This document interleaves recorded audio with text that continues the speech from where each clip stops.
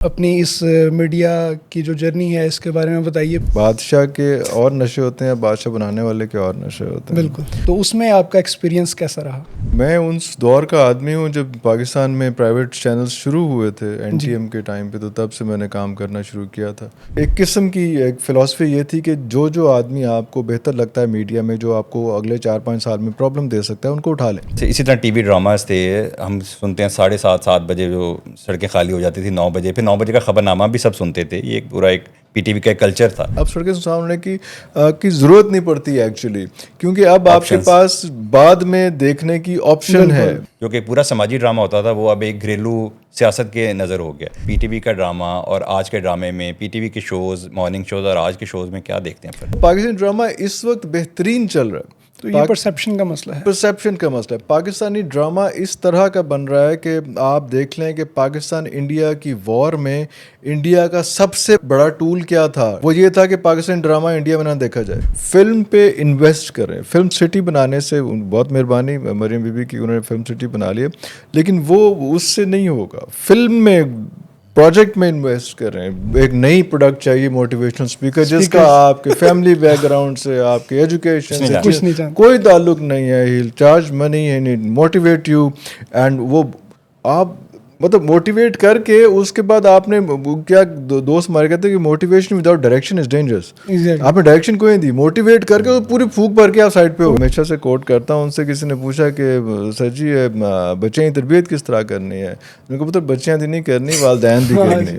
अपने अब्बा से बात करूँ यार, मुझे मज़ा आता है उसमें। अब्बा बात नहीं करेगा तो बच्चा बाहर बात करेगा, वो किसी और को अपना मेंटोर, अपना जो है मानेगा। यही एक वजह है कि आपको मोटिवेशनल स्पीकर्स चाहिए। मेरे दौर में तो मोटिवेशनल स्पीकर कोई नहीं था। फिर मेन स्ट्रीम मीडिया आपने जिस तरह बहुत सारा काम किया है, क्या आप समझते हैं कि अभी हाल ही में कोई चंद एक सालों में कोई डिक्लाइन इसमें आया है? फिल्म जैसे यहाँ पे पाकिस्तान में एक दो बहुत अच्छी बनी, एक आपको पता है जॉयलैंड बनी, उसके ऊपर फ़ौरन सेंसर बोर्ड वाले आ गए। सेंसर भी ऐसा हुआ कि एक सूबे में उसकी इजाज़त मिल गई, एक सूबे में वो फोहश नहीं थी, दूसरे सूबे में पंजाब में वो फोहश हो गई। फिल्म की सेंसरशिप पे आप रफड़ डालेंगे, सेंसर वो सेंसर हो गए, लुढ़ के बर्बाद हो गए। ओ भाई, हर जगह तो आपने सेंसरशिप लगाई हुई है। तरबियत का मीडिया के साथ कितना ताल्लुक है? खेत वहाँ पे उगता है जहाँ पे ज़मीन की बारिश से पहले अच्छी निगहदाश्त की होती है। तो निगहदाश्त नहीं की हुई तो फिर झाड़ियाँ तो उगेंगी। आपने एक सीरीज़ शुरू की सर, वो भी हमने देखी है अब्दुल्ला भट्टी साहब के साथ, रूहानियत के ऊपर। माशाल्लाह ज़बरदस्त वो सीरीज़ थी, बड़े शौक से हम सब देखते हैं, फैमिली भी देखती है। तो आपने वो जो सीरीज़ थी वो जो शुरू की, वो क्या आपकी कोई पर्सनल चॉइस थी या क्या था कि मतलब आपने बिल्कुल हट के एक वो प्रोग्राम किया? वो ज़बरदस्त सीरीज़ थी सर। 40 साल के बाद बंदा नहीं को ही चाहता है तो मैं तो तकरीबन 55 को आने वाला हूँ। बार बार हम इस चीज़ में ये भी कहते हैं कि टोटका, अगर आपकी नीयत साफ़ नहीं है, अगर आपका दिल साफ़ नहीं है, अगर आपकी बाकी फ़राइज़ आप पूरे नहीं कर रहे, तो ये टोटके विल नॉट वर्क। सास का पॉइंट ऑफ व्यू किसी को पता ही नहीं है कि क्या किस तरह से क्यों हो रही है। एक माइंडसेट बन गया कि सास, हालांकि सास जालिम नहीं होती है। यकीन करें, मैं मीडिया पे कह रहा हूँ कि लड़की की माँ ज़्यादा जालिम होती है, वो नहीं बसने दे रही होती। उसने अपनी बेटी को ट्रेन नहीं किया होता कि आपने उस रंग में रंगना है जाके। एक तो हम बच्चों की शादियाँ बड़ी लेट कर देते हैं, तो बच्ची इतनी पक्की हो गई होती है अपने ख्यालात में, अपने उन आइडियोलॉजी में, कि वो किसी को जाके किसी को मंदी नहीं।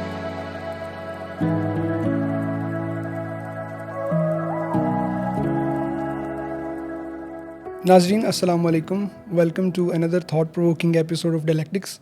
आज हमारे साथ जो शख्सियत मौजूद हैं, आप ना सिर्फ मीडिया एक्सपर्ट हैं बल्कि आप एक किंग मेकर हैं। आपने बेशुमार मीडिया पर्सनालिटीज़ को बनाया, उन्हें पॉलिश किया।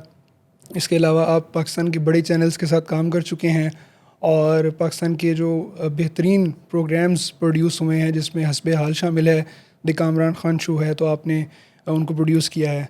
और आज हमारे साथ जो शख्सियत हैं जिनकी मैं बात कर रहा हूँ, इरफान असगर साहब। Sir very welcome. अरे आपका शुक्रिया बुलाने का, इतनी इज्जत देने का। सर सबसे पहले तो आपकी जर्नी के बारे में हम आपसे पूछेंगे। अपनी इस मीडिया की जो जर्नी है इसके बारे में बताइए। फिर एक जो ट्रांजिशन आई है मेन स्ट्रीम मीडिया से डिजिटल मीडिया की तरफ, तो उसमें आपका एक्सपीरियंस कैसा रहा? यार मैं उस दौर का आदमी हूँ जब पाकिस्तान में प्राइवेट चैनल्स शुरू हुए थे एनटीएम के टाइम पे, तो तब से मैंने काम करना शुरू किया था। उस वक्त मुश्किल टास्क था क्योंकि सिर्फ पीटीवी होता था, और उस टाइम पे कहना कि फैमिली वालों को कन्विंस करना, ख़ानदान को, घर वालों को नहीं, ख़ानदान को पूरे कन्विंस करना कि मैंने मीडिया में जाना है, तो वो कोई इतना कोई खुशाइंद नहीं होता था, इतने आजकल जिस तरह से रिसीव किया जाता है इस चीज़ को उस वक्त नहीं लिया जाता था। बड़े मुश्किल से परेशान कुन नाम लिए जाते थे, बहुत टीजिंग, बहुत इरिटेटिंग नामों किया जाता था। तो उस टाइम पे लेकिन पेरेंट्स साथ खड़े हुए थे। शायद उनको पता था कि मैं कुछ और नहीं कर सकना दुनिया में तो इसलिए जो है वो साथ खड़े हुए थे, तो उन्होंने किया। Started as an actor but I was a flop actor. और मैं हमेशा कहता होता हूँ कि अगर अपने उस टाइम पे मैं अपना ऑडिशन लेता तो शायद मैं भी अपने आप को फेल कर देता। लेकिन ऑब्वियसली हर किसी में जोम होता है कि यार I am the best actor और सारा कुछ। तो उस दौरान पीटीवी में लाइनें लगती होती थी। पीटीवी के जो हॉल्स थे पाकिस्तान टेलीविज़न के, उनके हॉल्स के प्रोड्यूसर्स के हॉल्स के बाहर जो है वो लाइन लगती होती थी। और वो होता था कि यार कोई प्रोड्यूसर निकले और वो कहेगा यार यही तो चेहरा है जिसकी मुझे तलाश है। किससे ने नहीं किया कभी भी वैसे लेकिन हम लोग वहाँ पे खड़े होते थे और इस तरह से परेशान होकर वापस आ जाते थे। तो फिर उस दौरान जब प्राइवेट चैनल शुरू हुए तो एक तो एक्टिंग का तो था ही था, फिर ये मुझे वहाँ बैठ के एहसास हुआ कि यार why not being on the other side of the table, कि आप जो है वो चांस लेने वाले की बजाय आप चांस देने वाले जो हैं बन जाएं। और फिर वो कभी कभी होता है कि डेस्टिनी भी आपको फेवर कर रही होती है, वही आपके दिमाग में ये बातें डाल रही होती है। तो फिर जो प्राइवेट प्रोडक्शंस हो रही थी जिसमें आबिद अली साहब की थी, उस्मान पीरज़ादा वगैरह की प्रोडक्शंस थी सारी, उस वक्त इतना ट्रेंड ही नहीं था कि अब तो बहुत ज़्यादा प्राइवेट प्रोडक्शंस होती हैं, तो सारे चैनल्स प्राइवेट प्रोडक्शंस कर रहे हैं। तो उस वक्त ड्रामा जो है वो प्राइवेट हाथों में गया था।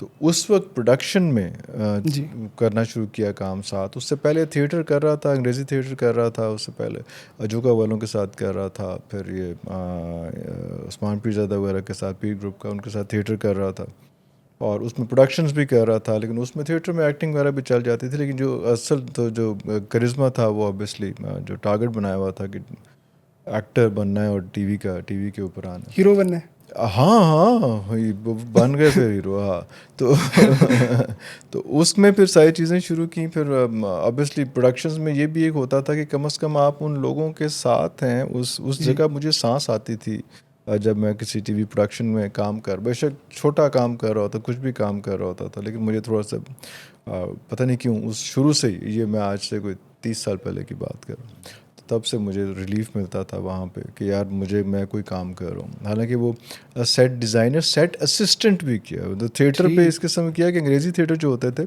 उसमें ये मसला होता था कि एक्ट्स होते थे मुख्तलिफ, तो 30 सेकंड के अंदर एक सेट जो लगा हुआ है वो हटना है और उसके बाद दूसरा सेट प्लेस होना है जी। तो वो जो हेल्पर के तौर पे भी वहाँ पे वो काम किया, क्योंकि मुझे वहाँ पे मज़ा आता था काम करने का। अब हर ड्रामे में तो आप खुद एक्ट नहीं कर रहे और बहुत से ड्रामे में आप जो है वो ऑब्वियसली आप और कास्टिंग का मसले हैं, चीज़ें हैं और प्रायोरिटीज़ डिफरेंट हैं। तो उस तरह से वहाँ पे हेल्पर्स के तौर पे काम करते करते फिर जो है वो आहिस्ता आहिस्ता टेलीविज़न और सारा कुछ। फिर प्रोडक्शंस में फिर कुछ ऐसे लोग मिल गए जो नीयत साफ़ हो तो खुद कनेक्शंस बनते जाते हैं। तो उन्होंने फिर चांस दिया, उन्होंने फिर थोड़ी सी लिवरेज भी दी। फिर एक बहुत राशिद ख्वाजा साहब के साथ एक NTM के लिए एक प्रोग्राम करते थे, ये है फ़िल्मी दुनिया, वो इफ़त उमर उसको होस्ट करती थी। उसमें एक सेगमेंट मैं फिर अपनी चास को पूरा करने के लिए जो करता था, वो फर्स्ट डे फर्स्ट शो होता था जो फ़िल्म के रिव्यूज़ हम देते थे। उस वक्त हर जुमे को 4-5 फिल्में कम से कम लगती थी, तो we used to go to those films, watch those films and then give a review कि वो क्या हुआ, कैसे होता है। उसका बहुत इम्पैक्ट आता था। एक तो अपना शौक़ भी पूरा होता था, फिल्में देखने का शौक़ भी पूरा हो जाता था, लेकिन वो जो क्विक लर्निंग थी ना कि आप एक दिन में आपने एक शो एक फिल्म का देखना है, दूसरा शो दूसरी फिल्म का देखना है, तीसरा शो तीसरी फिल्म का देखना है और क्रिटिकली देखना है उसको। ठीक है। फिर उससे पहले आप जब वो फिल्में बन रही हैं तो उन सेट्स पे भी आप हैं, तो आपको पता है कि पीछे गेम क्या चल रही थी जिसके बाद ये सारा कुछ हो रहा है। तो वो एक लर्निंग प्रोसेस बहुत स्ट्रॉन्ग था। जिससे मैं आपको बताऊँ कि जो हम थिएटर कर रहे थे, तो एक थिएटर था जिसमें गोरा आया हुआ था जो डायरेक्ट करने के लिए, गवर्नमेंट कॉलेज का था। तो वो I was not being selected as an actor in that play, लेकिन वो मैं फिर भी जाके बैठ जाता था। तो गोरा ने देखा कि यार ये बेवकूफ़ सा आदमी फिर भी आके बैठ जाता है। उसने मुझे कहा कि यार ऐसा करो कि तुम जो आपका ये कल्चर कॉम्प्लेक्स है उसमें उसका हॉल जो है उसमें रिकॉर्डिंग हुई थी, कि तुम जो है वो हॉल के आखिरी जो लाइन है, ऊपर सबसे ऊपर की आखिरी लाइन, जी। तुम्हारा काम है तुमने उधर बैठना है और तुमने कभी इस चेयर पे बैठना है, कभी सेंटर वाली बैठना है, कभी साइड पे, घूमते रहो लेकिन लास्ट वाली रो के ऊपर। ऑब्जर्वर के तौर पर। हाँ, और कहीं जब रिहर्सल हो रही है, क्योंकि रिहर्सल्स 2-3 रिहर्सल्स रोज़ की होती थी, तो जब कहीं भी तुम्हें किसी आर्टिस्ट की बैक नज़र आई है या किसी आर्टिस्ट की आवाज़ तुम तक नहीं पहुंची है, तुमने रोक देना है। वो इतना कमाल लर्निंग था वो 1-1.5 महीना जो सारा मैंने देखा उसको, क्योंकि उस वक्त मुझे अंदाज़ा हुआ कि जो थिएटर होता है वो एक स्पीकर की जो फॉर्म होती है, स्पीकर का जो मैग्नेट होता है वो मैग्नेट पे थिएटर का बना होता है, और जो सर्कल होता है वो जो उसका जो बाकी जो शेल बना होता है एक स्पीकर का जो हम जो यूज़ करते हैं इसके लिए, वो तो एग्जैक्टली उस फॉर्म में बना होता है। ठीक। तो वो वहाँ बैठ के मुझे एहसास हुआ कि अच्छा ये वो चीज़ें हैं जो कभी कोई किसी को सिखा नहीं सकेगा या समझा नहीं, उसने भी नहीं बताया, उसने कहा तू ऐसे घूमता रही, देखी जहाँ मसला आएगा मुझे। तो किस तरह से सरगोशी जो है वो आखिरी लाइन तक सरगोशी के तौर पे ही जानी है, वाह। और आपकी टोन क्या होनी चाहिए उसके अंदर। ये लाखों रुपया दे के भी अगर मैं कहीं सीखने जाता तो ना सीखता। इस तरह से उस्मान पीरज़ादा वगैरह बहुत सारा कहा जाता है कि जो उनको वो पैसे देने में थोड़ा सा वो होते हैं, लेकिन जितना कुछ उन्होंने सिखाया मुझे, उनके पास एक और मसला आता था कि एक तो रोटी खुआंदे सन हो दोपहर नू, तो नाल वो एक रेडियो पाकिस्तान से एक साहब आते थे जो आगा हशर काश्मीरी को पढ़ाते थे। अब आगा हशर को जो मैं कहूँगा तो ये 90% बच्चे जानते नहीं होंगे कि आगा हशर काश्मीरी कौन थे, और उनकी वो शायरी और सारा उनका थिएटर जो था वो जिनको शेक्सपियर कहा जाता है सब कॉन्टिनेंट के, तो वो थिएटर पढ़ाते थे हमें, और साथ हम रोटी खाते थे और साथ पैसे नहीं मिलते थे। लेकिन आप सोचें कि रेडियो पाकिस्तान की आवाज़ का टोन का आदमी आपको 1 घंटे का लेक्चर देता है आके, और आपको कहता है कि बेटा ये पढ़ो आगा अशर, और ये पढ़ो और मैं तुम्हें तुम्हारा तलफ़ुज़ ठीक कराऊंगा, और मैं साथ तुम्हें इसकी पिच टोन टेम्पो जो है वो उसका ठीक कराऊंगा। तो वो आप इतनी बड़ी लर्निंग है वो वाली कि आपको पाकिस्तान में तो शायद ही कोई नापा वगैरह इंस्टीट्यूट्स बने, उसका कोई इंस्टीट्यूट ही नहीं था। तो ये इतने बड़े बड़े इंस्टीट्यूट्स थे जो ये सारा कुछ सिखाते थे हमें। तो वो उस प्रोसेस से गुजर के फिर उनके टीवी ड्रामों में जो उनके प्राइवेट प्रोडक्शंस हो रही थी उनके साथ काम करते करते, तो ये एक कुदरती तौर पे ऐसी जगहों पे हम पाए गए जहाँ पे काम हो रहा था। You have to be lucky enough कि आप वो जिसको कहते हैं कि राइट टाइम पे, राइट स्पेस पे, राइट प्लेस पे आप हों। तो वो सारी चीज़ें उस तरह से होती रहीं। फिर उसके बाद मेरा ख्याल है कि मैं जब जियो में ज्वाइन किया, तो बाद में मुझे बताया, जब ज्वाइन कर लिया तो जियो टीवी के जो हेड थे उन्होंने बताया कि यार आप का जो सीवी था वो हमने उसके ऊपर लिखा था कि over experienced for the job, क्योंकि I was in Lahore, head office was in Karachi, तो यहाँ के लिए हमें इतना क्वालिफाइड बंदा चाहिए नहीं था उसमें। तो हमारा प्लान भी यही था कि कुछ अर्सा आपको यहाँ पर रखे, उसके बाद will ask you to come to head office. Head office में बैठ के काम करना जो है वो जो है ना, आपको पॉलिसी मेकिंग जो करना है उसमें। और उस टाइम पे ये सिचुएशन थी कि एक किस्म की ये लाइंस ये तो नहीं थी, लेकिन एक किस्म की इंस्ट्रक्शन ये थी कि जियो उस वक्त आ रहा था, आ चुका था, और बाकी चैनल्स अभी पता था कि अगले 5-7 सालों में कोई 10-12 चैनल्स जो है नए आ जाने। तो वो ये एक किस्म की एक फ़िलासफ़ी ये थी कि जो जो आदमी आपको बेहतर लगता है मीडिया में, जो आपको अगले 4-5 साल में प्रॉब्लम दे सकता है, उनको उठा लें। ठीक। उसमें प्रोडक्शन के लोग हैं, उसमें डायरेक्शन के लोग हैं, उसमें एक्टर्स हैं, उसमें एंकर्स हैं, उसमें सारा कुछ। उसमें शायद महमूद नदीम साहब को उठाया, अब हमने शायद जो हैं शायद मसूद साहब को उठाया, उसके बाद इसको उठाया नादिया खान को, ये भी ARY में थी, उनको उठाया। फिर कुकिंग के बहुत से लोग थे, बुशरा अंसारी थी, उमर शरीफ थे, अंकल सरगम थे, इन सब लोगों को उठा के, इतनी हमारे पास जगह नहीं थी, 24 घंटे है ना, इस तो ज़्यादा देर से नहीं चला, लेकिन हमने लोग ज़्यादा कर लिए जिसको पार्क कर लिए, ट्रॉफियाँ जमा कर ली, किसी और चैनल पे ना हो, और हाई अमाउंट्स पे, हाई बजट्स के ऊपर। उस लेवल पे खेलने के बाद जो है वो फिर आप जो चाह रहे हैं आप उसको कर रहे हैं। फिर एक और बड़ा इंपॉर्टेंट होता था जो बाकी चैनल्स में उसके बाद नहीं कर सके हम लोग, कि अगर कोई चीज़, कोई नया इवेंट प्लान करना है तो उसको आप पाकिस्तान से चले गए हैं, 1 हफ़्ते के लिए दुबई चले गए हैं, पूरी की पूरी टीम जो है, पूरा यूनिट दुबई चला गया, वहाँ जाके हम लोगों ने प्लानिंग की है, क्योंकि जो इधर चैनल में रहेंगे तो ऑब्वियसली उनके जो एवरीडे रूटीन जो है उसी से आप बाहर नहीं आ सकेंगे। तो उधर से बाहर गए हैं, प्लान किया है, सब कुछ किया और उसके बाद वापस आके एग्जीक्यूट कराया। वो उस बेहतर जगह पे काम करके, उस बेहतर लोगों के साथ काम करके, तो बहुत तेज़ जर्नी रही, बहुत फास्ट जर्नी रही। बल्कि राशिद ख्वाजा साहब कहते होते कि इरफान आपके साथ ये मसला है कि आप टेक्निकली बहुत साउंड हैं, तो आप बहुत जल्दी चीज़ों को सीख रहे हो, लेकिन आपका एक्सपीरियंस जो है वो कम है। टेक्निकली साउंड हो गए, लेकिन जो डे टू डे एक्सपीरियंस है, जो ट्रबल शूटिंग की चीज़ें हैं, वो उसमें भी आपका एक्सपीरियंस बहुत कम है।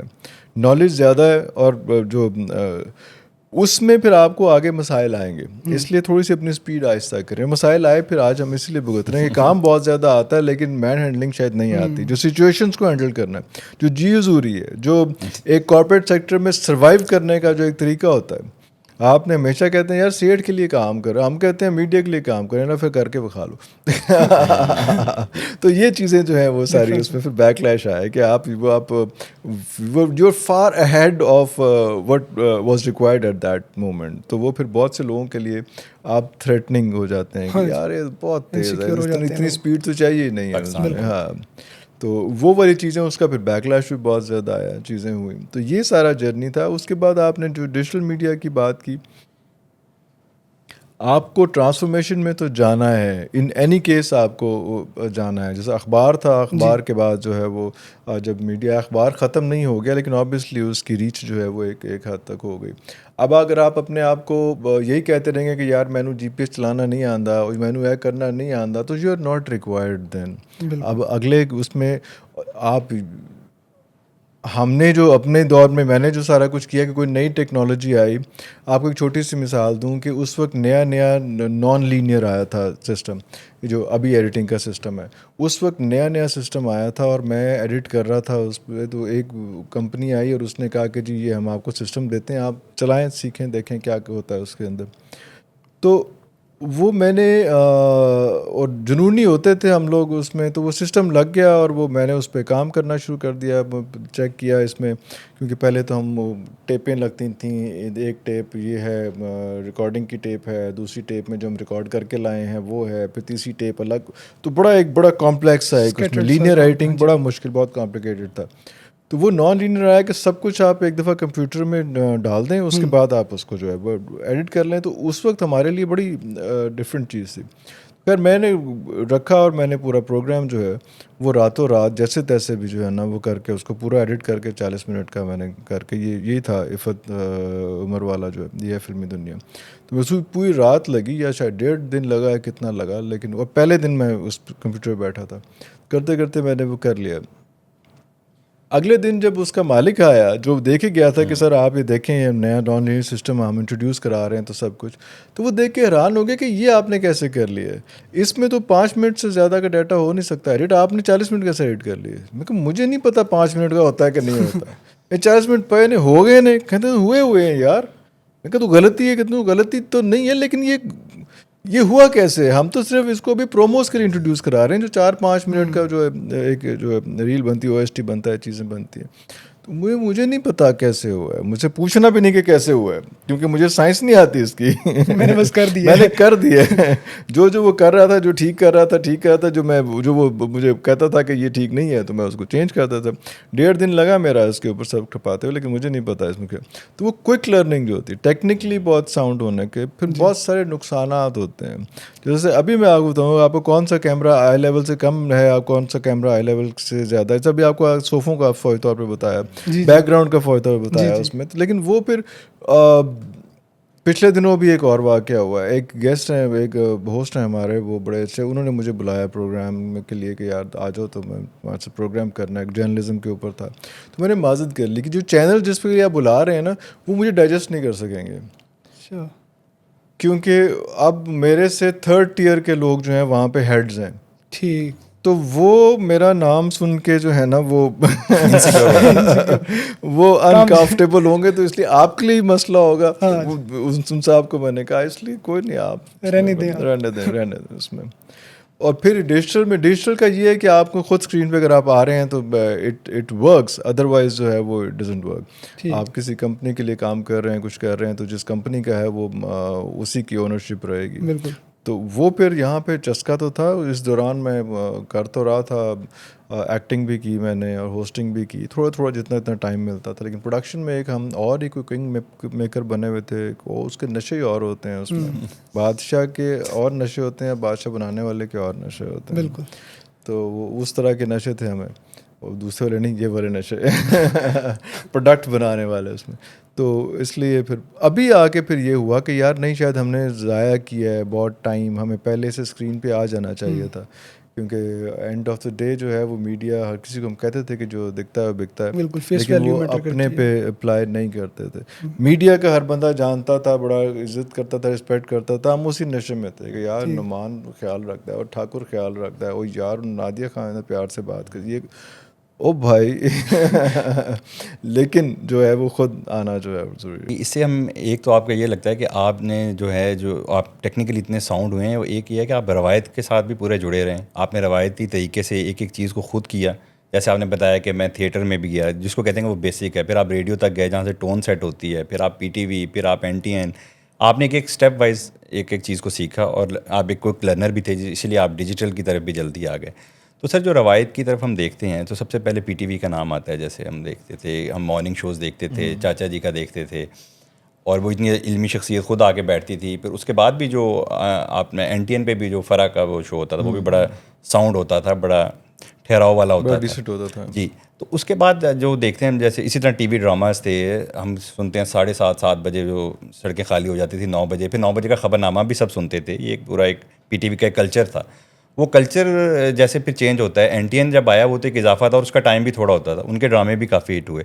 लेकिन जो जैसे हम देखते हैं कि जब ये 2000 आता है, जो चैनल्स की भरमार आती है, और जो अब हाल हुआ है, तो व्यूअरशिप भी है वो भी चेंज हो गई है। जैसे पूरी फैमिली बैठ के ड्रामा देखती थी, अब नहीं लगता कि पूरी फैमिली देखती है। अब लगता है कि शायद सिर्फ जो हमारी ख़वातीन हैं वो देखती हैं। शायद कंटेंट भी उसी हवाले से चेंज होता जा रहा है। जो कि पूरा समाजी ड्रामा होता था, वो अब एक घरेलू सियासत के नज़र हो गया।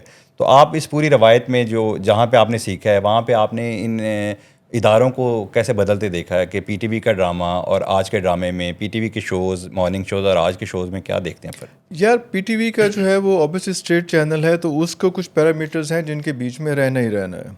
अब लोग उससे आगे निकलते जा रहे हैं, लेकिन वो पीटीवी को अपना एक जो स्टेट चैनल के होते हुए वो एक डेकोरम जो है वो लेके चलना ही है। और ये जो हम आज यहाँ बैठ के बात कर रहे हैं, जो प्राइवेट चैनल्स की बात कर रहे हैं, आप जीटी रोड से कोई 5 किलोमीटर राइट और लेफ्ट अंदर की तरफ जाए ना, अभी भी पीटीवी देखा जा रहा है। अभी भी वही सारी चीज़ें, वही कल्चर है सब कुछ उसमें। क्योंकि हम कोई 100-150 लोग जो है वो आपस में जो दिन रात मिलते हैं एक दूसरे के साथ, तो हमारे घरों में अगर वो चल रहा है, ये क्या कहते हैं इसको, सेटेलाइट चल रहा है, तो हमारा ख्याल है कि हर कोई सेटेलाइट देख रहा है। ऐसा नहीं है। पीटीवी अभी दुनिया भर में भी देखा जाता है, पाकिस्तान में तो बहुत ज़्यादा देखा जाता है। अगर आप उसको कंपैरिजन निकालें जो रेटिंग्स का एक है, तो आपको पता चलेगा कि बहुत डिफरेंस है। पीटीवी बहुत ज़्यादा देखा जाता है। आप अपने ज़िंदगी में या अपने प्रोफेशनल कैरियर में कितने लोगों से मिल, काउंट करें ना, 30-40 लोगों से 41वां बंदा कोई नहीं होगा जिनसे आप मिलते हैं, इंटरेक्ट करते हैं, जो आपके घर के करीब होते हैं, आपके दोस्त होते हैं, दोस्त से बाप होते हैं। घर के करीब से मुराद क्या, आपका आना जाना जिन लोगों के साथ होता है, तो उनका जो माइंडसेट होता है, आप उसी माइंडसेट में रह के आपको ख्याल होता है कि दुनिया जहान में यही काम हो रहा है। ऐसा नहीं है बिल्कुल भी। और नंबर 2, क्योंकि पीटीवी वो ठीक कर रहा है, उसने अपना ये काम करना है, उसने उस कैटेगरी को केटर करना है जो जीटी रोड के इर्द गिर्द राइट लेफ्ट है, जिस पे केबल ज़्यादा अफेक्ट नहीं कर रही है। उनका माइंडसेट अभी तक वहाँ के अंदर ही उसी जगह पे रुका हुआ है। तो टारगेट ऑडियंस वो है, तो वो उन्हीं को केटर कर रहा है, उन्हीं को संभाल के बैठा हुआ है। इसलिए उनके सेट्स, उनके कलर्स, उनकी सारी चीज़ें, उनकी ग्राफिक्स, सारा कुछ उस टोन के हिसाब से होंगे जिसमें अगर उनको आप बेहतरीन टोन दिखा देंगे, अंग्रेज़ी फिल्म की टोन उनको समझ ही नहीं आनी, क्योंकि वो अपने मेंटली उस जगह पे पहुँचे ही नहीं हुए। इसलिए पीटीवी अपना जगह पे जो है वो काम बिल्कुल ठीक कर रहा है। सर, ऑडियंस श्रिंक नहीं हुई अगर जिस तरह अब हम लोग सेटेलाइट पे आ गए हैं, जो पहले पीटीवी देखते थे, तो ऑलरेडी आप आगे हैं ना, यही तो मैं कह रहा हूँ कि आप उन एरियाज में, areas रिमोट में, एरियाज में remote जाके areas में देखें, बिल्कुल उनका आप अगर डाटा लें, क्योंकि वो अभी भी सैटेलाइट शायद केबल पहुंच चुकी है, हाँ जी। लेकिन फिर भी उनका माइंडसेट जो है वो पीटीवी का, क्योंकि पीटीवी की लुक एंड फील, उसके ग्राफिक्स, सारा कुछ उनको ज़्यादा वो रिलेट करते हैं उससे। ठीक। ये मॉडर्न जो हो गया है हमारे जो सैटेलाइट चैनल्स हैं, तो वो उनको उस तरह से रिलेट नहीं कर पाते। जो पीटीवी के इश्यूज, जो ड्रामा जिस इशू पे बन रहे होते हैं, आपका शहर वाले का इशू नहीं है वो, इसलिए आप कहते हैं क्या 2 नंबर काम हो रहा है यार, ये दुनिया में कहाँ होता। ओ भाई, तुम्हारे मुल्क में हो रहा है तुम्हारे हल्का अहबाब में नहीं हो रहा, तो तुम्हारा ख्याल है कि दुनिया वही है जो सारा कुछ है, कहीं नहीं हो रहा उसमें। सो जो एक बात होती है कि ट्रैवल बहुत ज़्यादा करें, उनसे आप पता चलेगा कि मुख्तलिफ कैटेगरीज, मुख्तलिफ लोग चीज़ें क्या कर रही हैं उसमें।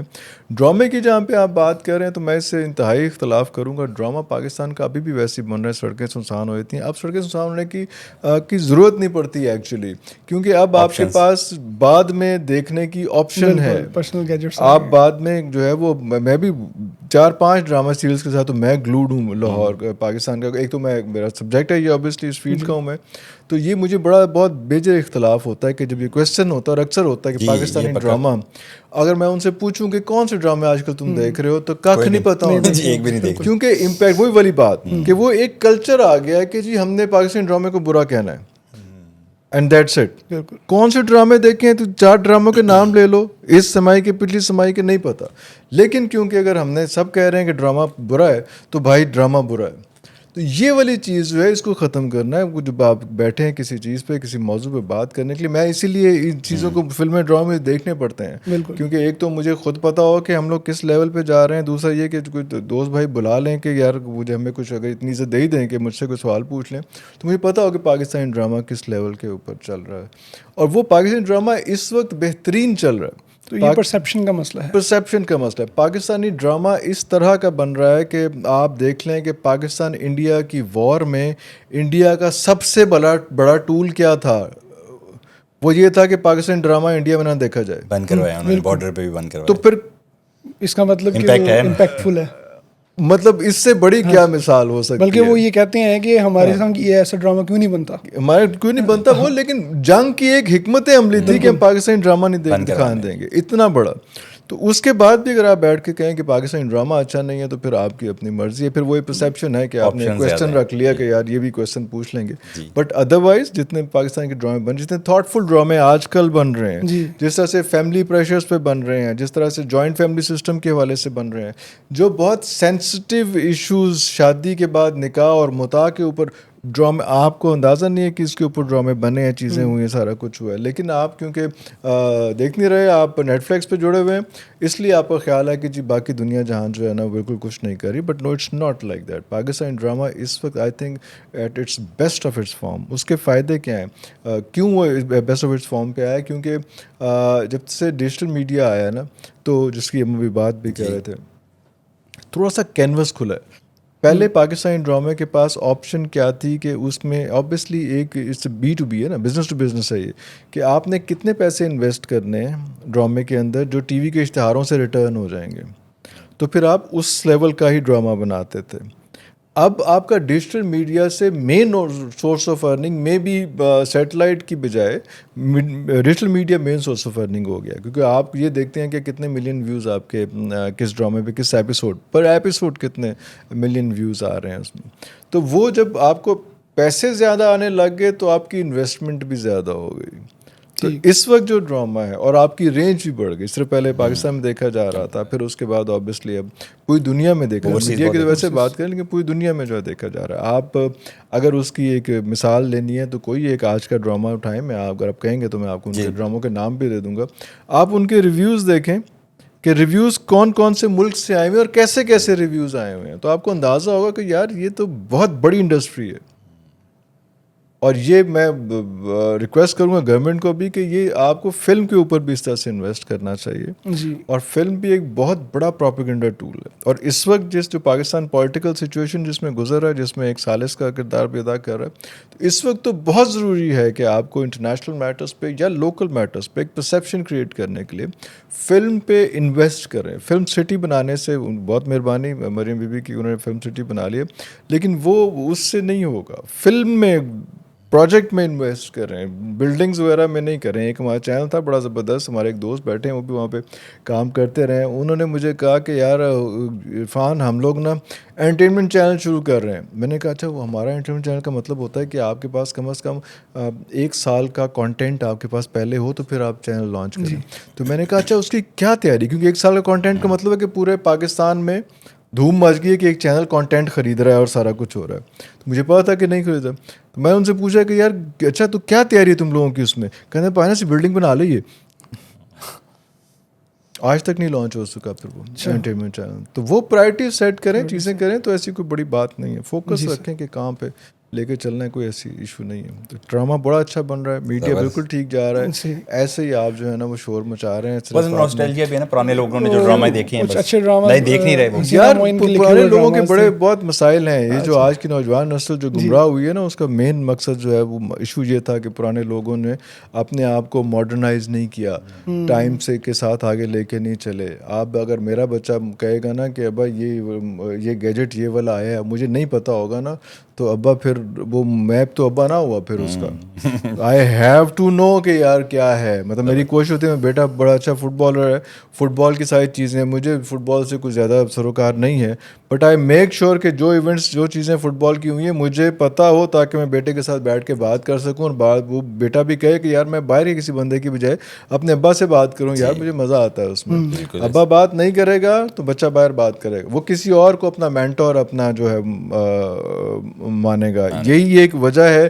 कि आपको मोटिवेशनल स्पीकर्स चाहिए। मेरे दौर में तो मोटिवेशनल स्पीकर कोई नहीं था। मेरे अब्बा जी थे, मेरा स्कूल का टीचर होता था। उसको हम ग्लोरीफाई करते थे, उसको आइडियल मानते थे, उसको मेंटोर मानते थे।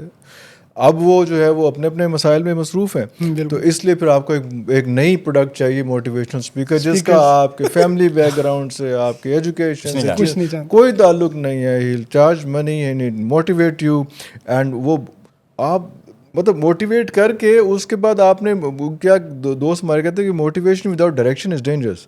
आपने डायरेक्शन कोई नहीं दी, मोटिवेट करके पूरी फूक भर के आप साइड पे हो गए, फिर रहे किधर सारा कुछ। मोटिवेशन भी टेम्पररी होती है उसके बाद, और एक जनरल सा क्लाउड बनता है उसके बाद, वो उस ट्रांस में चला गया ना। अब उसमें कोई डायरेक्शन कोई है नहीं आपके पास उसमें, तो वो फिर आप आगे जाके उसमें तो बहुत सी चीजें हैं जो ठीक करने वाली हैं। सिर्फ पाकिस्तान ड्रामा ठीक करने वाली नहीं, वो ठीक हो गया, सोच बदलने वाली। हाँ, वो इशफाक अहमद साहब का मैं हमेशा से कोट करता हूँ। उनसे किसी ने पूछा कि सर जी बच्चों की तरबियत किस तरह करनी है? उनको मतलब बच्चियाँ दी नहीं करनी, वालदैन दी करनी, बच्चियाँ दी आप जनरेशनल गैप जो है। हाँ, तो बच्चों की तरबियत अगर करनी है, अगर वालदैन की तरबियत अच्छी हुई होगी तो फिर नस्ल का पता चलता है आगे क्या होगा। अगर बच्चों की तरबियत ठीक नहीं हुई और आपने अपने जवान बच्चे की शादी कर दी है और वो दूल्हा दुल्हन बन गए हैं, मियाँ बीवी बन गए हैं, और आपने नहीं बताया कि तुम लोग माँ बाप बनने जा रहे हो, बिल्कुल पेरेंटिंग का कांसेप्ट ही नहीं है। You have to behave maturely. तो दूल्हा दुल्हन बन को हनीमून नहीं मुकदा, 4 बच्चे हुए इन्होंने। और सर ये भी है तो वो इसलिए उनको बताएं कि अगली नस्ल को लेके चलना है तुम लोगों ने, माँ बाप बनने जा रहे हो, हमारा नाम लेके चलना है तुम लोगों ने। अगर तुम्हारे दादा की कोई इज्जत करता है, परदादा की इज्जत करता था, खानदान की इज्जत करता था, अगली नस्ल में वो चीज़ ट्रांसफॉर्म होनी है। वो हम उनको बता नहीं रहे बच्चों को, हम अपने गैजेट्स में चीज़ों में पड़े। यहाँ बेटा अगर बिगड़ा हुआ तो कहते हैं शादी कर दो इसकी ठीक हो। ये एक बहुत बड़ा चैप्टर है, बड़ा उसमें अलग उसमें एक अलग ही एक सोच है। सर मेन स्ट्रीम मीडिया आपने जिस तरह बहुत सारा काम किया है, क्या आप समझते हैं कि अभी हाल ही में कोई चंद एक सालों में कोई डिक्लाइन इसमें आया है? ख़ासकर स्क्रीन पे हम देखते हैं एक बेंचमार्क कहीं ना कहीं तो सेट किया जाता है। मेन स्ट्रीम मीडिया से क्या मुराद? सपोज बहुत सारे ऐसे टॉक शोज़ आ गए हैं, बहुत सारे ऐसे प्रोग्राम्स जहाँ पे आप देखेंगे कि टिकटॉकर्स आ रहे हैं या कोई व्लॉगर्स, उनके लाइफ की कोई फ़िलासफ़ी नहीं है सवाए इसके कि उनके पास 1 मिलियन 2 मिलियन सब्सक्राइबर्स हैं और लोग उनको देखना चाहते हैं। फिर कोई एक उनको बुलाता है तो फिर हर चैनल के ऊपर वो आपको नज़र आएंगे और कंटेंट पे मेहनत नहीं है। बिल्कुल यार देखो बात सुनो, ये मोबाइल पड़ा हुआ है आपका, हम इस मोबाइल फ़ोन के साथ जो है ना वो उसमें हर चीज़ सीखते हैं इस चीज़ से, लेकिन एक मेन चीज़ जो है वो हमने इससे कभी ज़िंदगी में नहीं सीखी है। आपके पास किसी भी मोबाइल फ़ोन के अंदर जो है वो जिस किस्म के मर्ज़ी ऐप्स उसके अंदर हों, कीमती हों, आपने ख़रीदे हों ऐप स्टोर से, या आपको वैसे जो फ्री आपको मिले हों, या आपकी ज़िंदगी में कितना भी बड़ा इम्पैक्ट इन ऐप्स का हो, आप उनसे कितनी भी ज़िंदगी की बड़ी फ़िलॉसफी सीख रहे हों, आपके पास कोई भी छोटे से छोटा बड़ी से बड़ी कंपनी का कोई भी लेटेस्ट या पुराना मोबाइल हो, एक फ़िलॉसफी है मोबाइल फ़ोन की कि उसका बेसिक मकसद जो है, उसकी प्रायोरिटी जो है वो फ़ोन करना और फ़ोन सुनना है। जी बाकी जितने गैजेट्स हैं ना इसके अंदर, जितने ऐप्स हैं ना इसके अंदर, ये एडिशनल फीचर्स हैं इसके। जी आप कुछ भी कर रहे हो दुनिया जहान मोबाइल के साथ, अगर कॉल आएगी तो वो बाईपास कर देगा आपकी कीमती से कीमती मोबाइल के किसी भी ऐप को, कोई भी चीज़ होगी। और ये चीज़ फीचर हर मोबाइल के अंदर है, क्योंकि उनको पता है कि मोबाइल की प्रायोरिटी जो है वो कॉल सुनना और कॉल करना है। जी बाकी सारी एडिशनल चीज़ें हैं। कोई भी ऐसा दुनिया में मोबाइल नहीं होगा जो अपने इस फीचर को ऑफ करे, बिल्कुल क्योंकि प्रायोरिटी सेट है। हमने इस मोबाइल से दुनिया की हर चीज़ सीख ली है, प्रायोरिटी ज़िंदगी में सेट करना नहीं सीखा। प्रायोरिटी ज़िंदगी की सेट कर लें, कोई ऐसी बड़ी बात नहीं है। आप इसके ग़ुलाम ना बने, इसको आपका ग़ुलाम होना चाहिए। आपका चैट जीपीटी है, एआई है, सारा कुछ है। ओ भाई, इस लेवल पे आएँ कि वो आपकी ग़ुलामी करें। अभी भी आप एआई के लिए क्या करते हैं, आप बहुत से कोर्सेज हो रहे हैं, सारा कुछ, वैसे भी आप थोड़ा सा करें तो आपको अंदाज़ा हो जाएगा उससे कम्युनिकेशन कैसे करनी है, मतलब उसको अपने ताबे कैसे करना है। उसके कोर्सेज हैं, चीज़ें हैं, नहीं तो वो आपको आप ताबे कर लेंगी वो, तो फिर आप ब्लेम नहीं देना, फिर ये नहीं करना कि यार ये जो है ये सिस्टम ख़राब हो गया, चीज़ें ख़राब हो गई। ये चीज़ें इंपॉर्टेंट हैं, प्रायोरिटीज सेट करें। अभी भी जिस मीडिया, मेन स्ट्रीम मीडिया की बात करें, मेन स्ट्रीम इसलिए मैंने पूछा था कि मेन स्ट्रीम मीडिया एंटरटेनमेंट भी है, स्पोर्ट्स भी है, बाकी चीज़ें भी हैं। हम जब बात करते हैं तो न्यूज़ मीडियम की बात कर रहे हैं। न्यूज़ मीडियम जो है वो कभी भी, अगर आप पूछेंगे तो कभी भी फ्री नहीं होता। मुझे कम से कम 20 साल तो न्यूज़ मीडियम के साथ भी हो गए काम करते हुए, तो कभी भी वो फ्री नहीं होता। प्रायोरिटीज़ उसकी सेट होती हैं, बेशक आपकी मर्ज़ी की प्रायोरिटीज़ हों या आपकी मर्ज़ी की प्रायोरिटीज़ ना हों, या स्टेट की मर्ज़ी की प्रायोरिटीज़ हों, या जो कुछ भी है। क्योंकि आपका पाकिस्तान का ज़्यादा जो न्यूज़ मीडिया है ऑब्वियसली वो प्राइवेट चैनल्स हैं, प्राइवेट हाथों के अंदर है, तो ऑब्वियसली वो बिज़नेस तो पीछे, एंटिटी जो है वो पीछे वही रहेगी इसमें। तो जब तक प्रायोरिटीज़ आपकी चेंज होती जाएंगी तो ये चीज़ें भी साथ साथ चेंज होती जाएंगी। अभी जो मैं बार बार ड्रामे की बात कर रहा हूँ, तो वो एक स्टेज ऐसी आ चुकी है कि ये एक जो करंट अफेयर्स हैं वो स्टैगनेंट हो गए हुए हैं सारे जी। तो इसलिए लोग जो है वो शिफ्ट कर रहे हैं ज़्यादा ड्रामे की तरफ। ड्रामा बनना भी उस तरह का शुरू हो गया है, वो प्लानिंग के साथ हुआ है या वैसे ही इतफाक़न ही हो गया है कि अब मर्द हजरात भी जो है ड्रामे को इंटरेस्ट ले रहे हैं और उसमें ड्रामा देखते हैं उसमें, क्योंकि वहाँ से अब चीज़ें आहिस्ता से ख़त्म। तो ये फेज़ आते रहते हैं, तो कोई बड़ी बात नहीं। कौमों की ज़िंदगी में ये जो पिछले आपने 4-5 साल है ना, कम से कम एक डिकेड, 10 साल कम से कम कौमों की ज़िंदगी में इंपॉर्टेंट होते हैं कि 10 साल के बाद कोई फेज़ जो है वो ट्रेंड बता वो चेंज होता है। तो ये स्पीड ब्रेकर्स वगैरह तो आते रहते हैं, चीज़ें होती रहती हैं जी। हाँ, वो आपको पता होना चाहिए कि आपने कहाँ पहुँचना है। बेशक आहिस्ता पहुँचें या जल्दी पहुँचें, जैसे भी करें, तो ये इससे घबराना नहीं होता। ये तो साथ साथ आपके चल रहे होते हैं। कभी आपके अच्छे नंबर आ रहे होते हैं, कभी आपके अच्छे नंबर नहीं आ रहे होते। क्रिकेट खेलते हैं, कभी आपका बाबर आजम 0 पे आउट हो जाता शो था यार, तो क्या करें, उस मर जाएं कि यार वो 0 पे आउट हो गया, खुद को क्या कर लें, ख़त्म भाई, अगले देख लो वो फिर स्कोर कर गया, कल परसों जो मैच था फिर कर गया। तो ये फेजेस तो आते रहते हैं। इसमें आप ये पता चलता है आपकी नस्ल का कि आपने जो बुरा फेज था वो किसी और ने तो नहीं गुजारना ना मेरी जान। बिल्कुल, उसमें भी सीखने को तो मिलेगा। आपने ही गुजारना है ना कि मैं ज़िंदगी में फेस बुरा आ गया तो यार किसी और को कहो कि ये मेरा फेस ज़िंदगी तुम गुजार लो। आपने गुजारना है ना। तो उसके लिए you have to be prepared. उस टाइम पे जब आपका ब्लूम था, जब आप पूरे मौजे मार रहे थे, तो उस वक्त का जो है उस वक्त थोड़ा सा आपको करना चाहिए था इन रेनी डेज के लिए, इन इश्यूज़ के लिए। रेनी डेज से मुराद ये कि जब आपका बैड पैच मीडिया में आएगा, तो इसलिए वो ट्राई टू बी पॉजिटिव, चीज़ें बहुत आसान हो जाएंगी। बड़ा अच्छा, बड़ा आसान है। मैं भी बैठ के यहाँ पे शोर मचा दूंगा यार हद हो गई, तो हड्डी ऐसी तैसी और लुटते बर्बाद हो गए सारा कुछ, तो चलें वो कर लेते हैं। लेकिन उससे कोई फ़ायदा होगा? फ़ायदा नहीं होगा, कोई नहीं होगा। अच्छा सर, जिस तरह आपने अभी बात की कि सेठ जो हैं वो भी कंट्रोल करते हैं, हर चीज़ होती है, सेंसरशिप की भी हम बात करते हैं। एक तो ठीक है कि उसके इंटरेस्ट होते हैं जो कि न्यूज़ चैनल पे। अब हम आते हैं इंटरटेनमेंट की तरफ, ख़ासतौर पे फ़िल्म की तरफ। फ़िल्म जैसे यहाँ पे पाकिस्तान में एक दो बहुत अच्छी बनी है, एक आपको पता है जॉयलैंड बनी सर। अब उसके ऊपर फ़ौरन सेंसर बोर्ड वाले आ गए। सेंसर भी ऐसा हुआ कि एक सूबे में उसकी इजाज़त मिल गई, एक सूबे में वो फोहश नहीं थी, दूसरे सूबे में पंजाब में वो फोहश हो गई। अब देखें, एक प्रोड्यूसर जो इतने पैसे लगा के एक मूवी बनाता है, अगर उसकी मूवी सिनेमा में ही नहीं लगेगी, जहाँ से उसको पैसा आना है वहीं पे नहीं आ जाएगी, तो वो भी तो फिर डिस्करेज नहीं हो जाएगा इस तरह? अच्छा, किसी भी तरह की फिल्म बना के लगा दें, खैर है, वो प्रोड्यूसर ने अगर पैसा लगाया तो नहीं, पैसा कहीं से भी आया है, वो ब्लैक मनी है, वाइट मनी है, कहीं भी आया है, वो तो होना चाहिए। वो कितना के खिलाफ तबाह कर देगा, सारा कुछ होगा, चीज़ें हो जाएंगी। वो अगर ऐसा है कि किसी एक सूबे को उसमें बैकलैश किया हुआ है, तो एक सूबे में वो हलाल हो गया, एक सूबे को बैकलैश हुआ हुआ है, अगर फॉर इंस्टेंस मैंने उसमें तफसीलात नहीं पता, एक सूबे की बुराई बयान की हुई है, कुछ ऐसा हुआ है, वहाँ के लोगों का कल्चर कुछ इस किस्म का दिखाया हुआ है कि उन्होंने कहा कि यार नहीं, ये हमारे सूबे के लिए वर्केबल नहीं है, हमारा कल्चर जो है वो इस किस्म का नहीं, किसको इजाज़त दे। दूसरा सूबा ऑब्वियसली उस कल्चर को इजाज़त दे रहा है, तो वो ये चीज़ें यस एक ऑटोनमस होना चाहिए, सबका ऐसा होना चाहिए, बॉडी होनी चाहिए, लेकिन यहाँ पे क्योंकि हर सूबे का अलग है और फेडरल का अलग है सारा उसमें, तो वो उन चीज़ों को ठीक करने की बिल्कुल ज़रूरत है। लेकिन एक की मिसाल पे आप इतना बड़ा स्टेटमेंट नहीं दे सकते कि यार, वो प्रोड्यूसर को ख्याल करना चाहिए थी पहले कि क्या पैरामीटर्स चल रहे हैं, जिस जगह पे आप काम कर रहे हैं आपको उनके हालात का पता होना चाहिए ना। तो या तो फिर आप कहें कि मैंने दुनिया बदलनी है और मैंने, फिर आपको फिर बर्दाश्त करें फिर जो कुछ आपके साथ हो रहा है, फिर रोना नहीं है, फिर रफड़ नहीं डालना।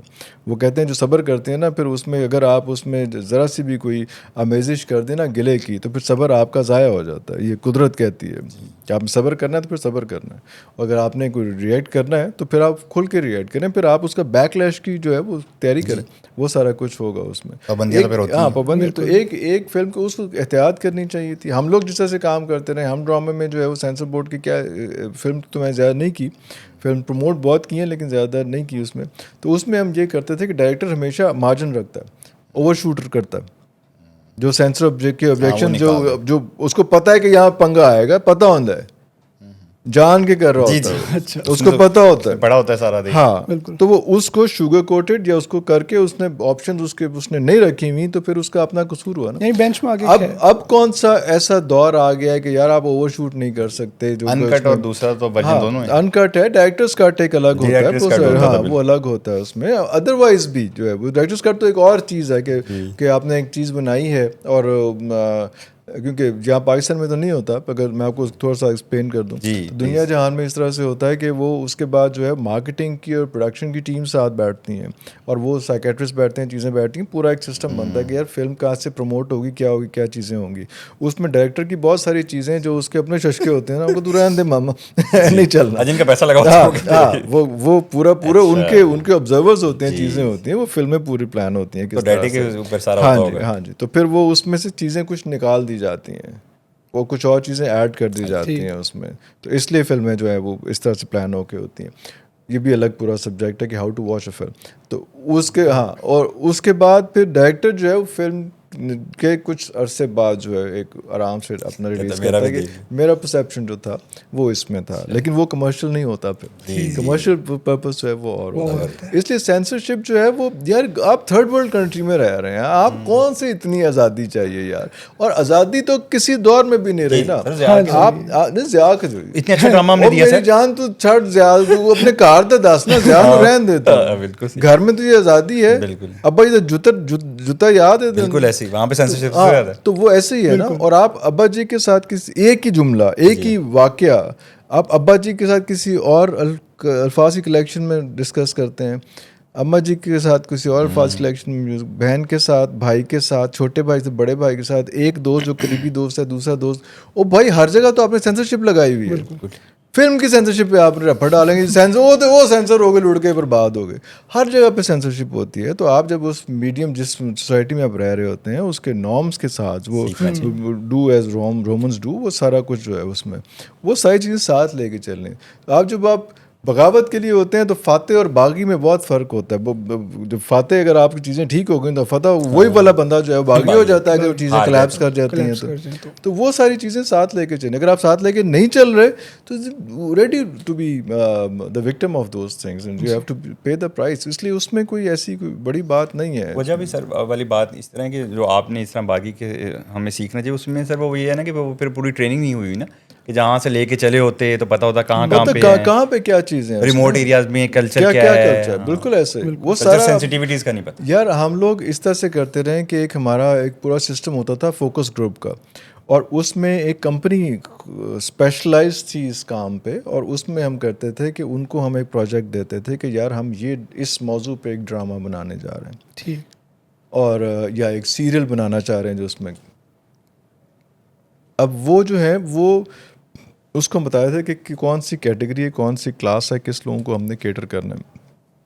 वो लोग हमसे चार्ज करते थे, अच्छा भला चार्ज करते थे और वो उस क्लास के लोगों को 40-50-60 लोगों को एक होटल में जमा करते थे, उनको नाश्ता कराते थे, उनसे डिस्कशन करते थे, उनको आपस में बैठे रहने देते थे, बातें करने थे। फिर उसके बाद दोबारा एक सेशन करते थे, अच्छा ये क्या करना चाहिए कैसे करना चाहिए, उनका फीडबैक लेते थे ठीक और उस फीडबैक के ऊपर फिर बेस करते थे कि वो ड्रामे में क्या चेंजेस क्या चीज़ें क्या होना चाहिए उसमें।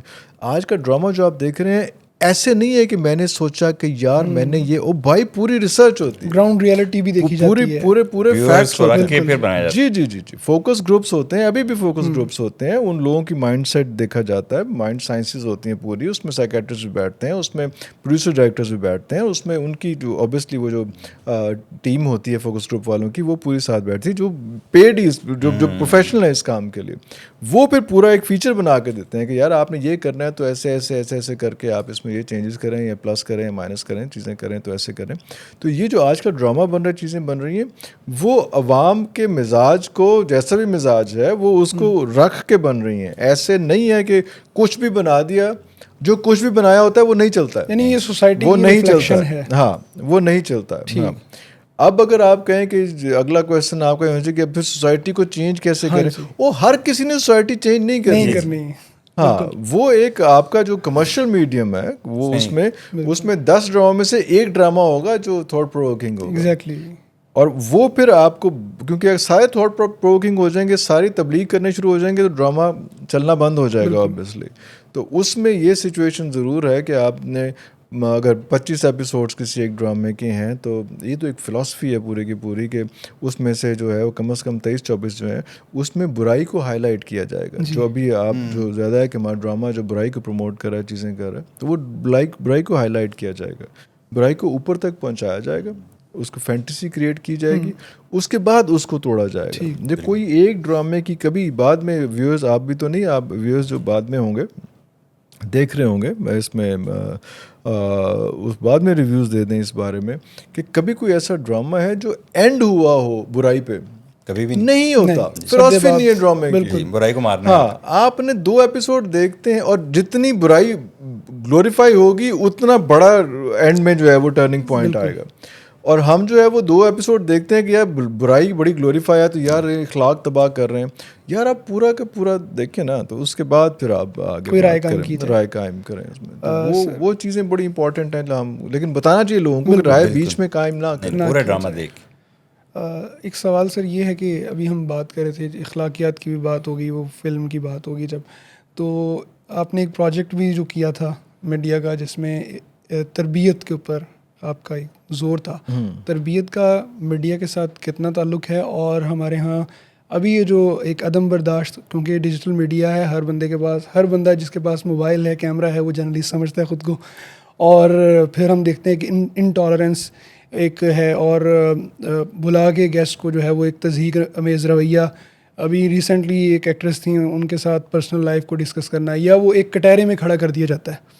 और फिर बाज़ ऐसे हैं जो किसी एक पॉलिटिकल पार्टी की लगता है कैंपेन कर रहे हैं उसकी फेवर में, बाज़ उसके अगेंस्ट कर रहे हैं।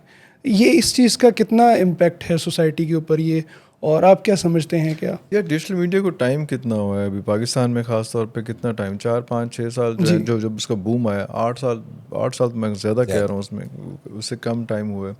आपने ये देखना है कि एक बच्चा जो है ना वो 8 साल की उम्र 4 साल की उम्र चलना फिरना चीज़ें सीखता है, वो मुश्किल अल्फाज भी बोलना सीखता है, वो उलट बातें भी करता है, बार बार गिर भी जाता है साइकिल से, सारा कुछ होता है। और उसके बाद कोई 6 7 8 साल की उम्र में जो है ना उसको प्रॉपर चलना बैठना उठना और समझना आता है। तो थोड़ा सा टाइम इसको दे दें। ये सर्वाइवल ऑफ द फिटेस्ट की हर दौर में जो है वो बात होगी। अभी अगर मैं आपको कहूँ कि जो सैटेलाइट चैनल्स हैं उसमें एंटरटेनमेंट चैनल्स हैं या न्यूज़ चैनल्स का मैं आपसे पूछूं कि आप पाकिस्तान कितने हैं, मेरे ख्याल कम से कम 15-20 एंटरटेनमेंट चैनल हैं, 15-20 न्यूज़ चैनल्स हैं, आपको कितनों के नाम आते हैं? चौथे से पाँचवें का आपको नाम नहीं आता होना उसमें। तो इसलिए ये सारे ये इनकी मिसालें बनती नहीं। किसी ने किसी एक्ट्रेस के साथ तज़हीक का वो उसका अपना फेल है या चीज़ें कर ली, या तो पूरे के पूरे मीडिया ने उसको बुरा कहा, वो बुरा ना कहा हो, बिल्कुल लिख तो है कहा ना, सबने हुई है पे बाद में। छित्रौल की है ना, उनकी ज्यादती की है। हाँ जी। हालांकि बातें गलत नहीं की हुई थी, लेकिन फॉरम नहीं था ये बात फॉरम करने नहीं का, था। लोगों ने उड़ा के रख दिया ना उसमें।